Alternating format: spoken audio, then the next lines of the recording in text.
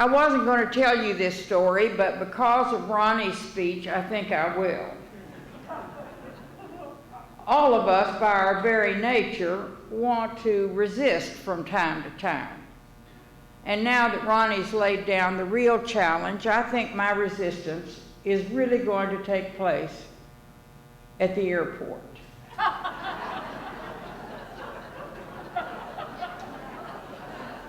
For many of you who travel a great deal, I know that Hightower and Molly do, because I see them in the airports.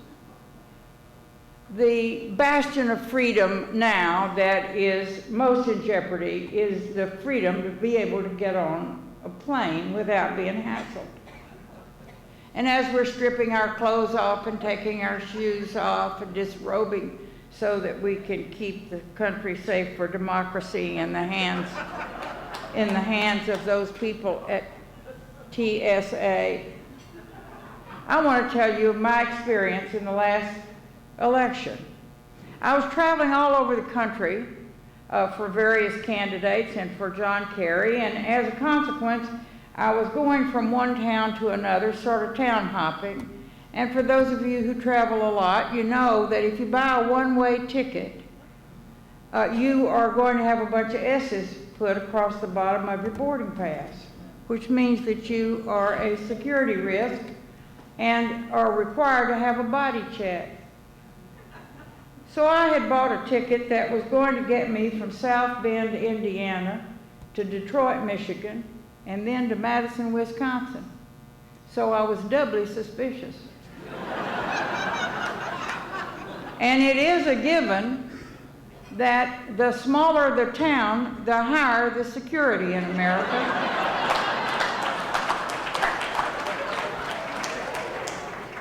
Half of the town works for the inspectors at the airport.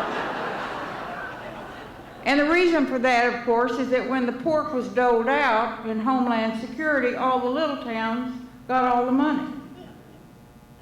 So as I say, I was leaving South Bend, Indiana on my first leg to get to Detroit, Michigan, and I had S's all over my boarding pass, and as I walked up, they said they would have to inspect my bag in front of me, in which they did.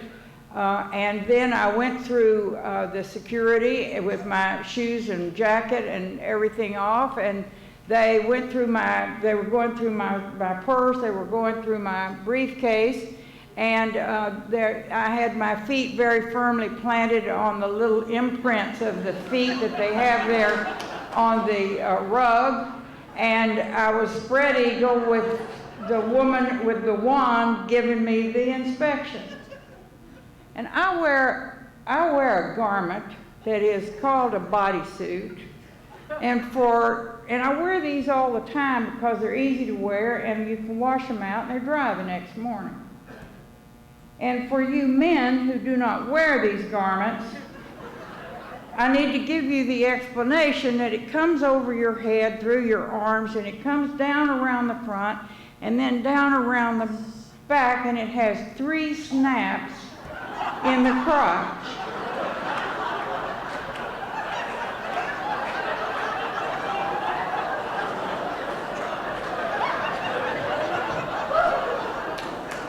And so as the woman is taking the wand outlining my body, my crotch set off her wand.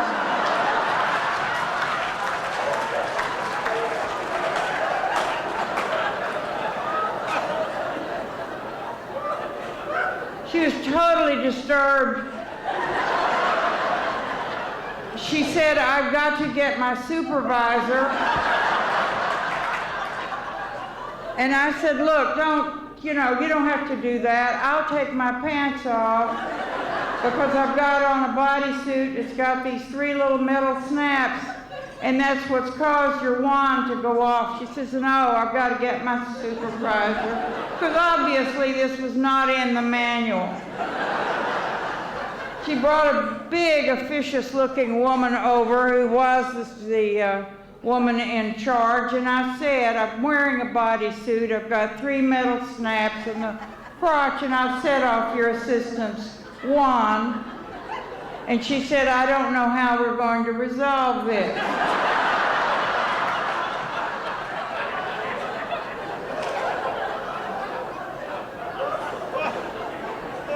She said, I don't suppose you would object if we had to pat you down. I said, you can't imagine how thrilled I am.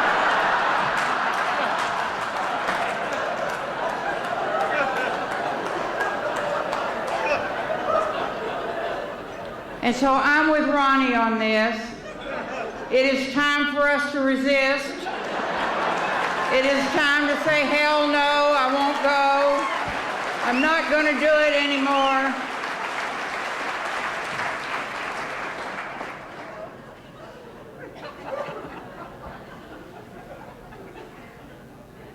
I'm thrilled to be here tonight. I'm tickled to death to be here with particularly all of these old Observer editors and writers who have gotten rich writing George Bush books. Something good had to come out of this. I congratulate all of you as survivors. If you were around 50 years ago, and many of us unfortunately were, we saw the Observer get started, and we haven't pulled our hair out. We haven't surrendered our citizenship. We have not moved to Mexico or to Canada. You are my kind of people. I think that we all might look a little worse for the wear, but it is amazing to me that we actually lived this long. 50 years ago, we were certain we could change the world, and we were going to start with Texas. It was our goal to run off the Republicans who were running on the Democratic ticket, and we were going to take over our party, and by God, we did it. And I'm proud of it to this day. At least if they're going to do the things they're going to do, they're going to do it as Republicans, and they're not going to do it as Democrats anymore.